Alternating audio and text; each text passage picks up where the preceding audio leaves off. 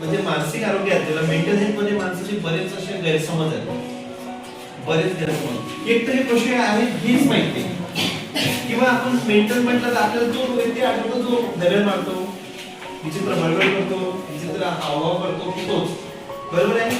तोच तुम्ही मानसिक मध्ये समजताना तुम्ही स्वतःला समज डिप्रेशन म्हणून नाही की मेंटल हेल्थ मध्ये मोडते पण आपण त्याला समजून घेत नाही.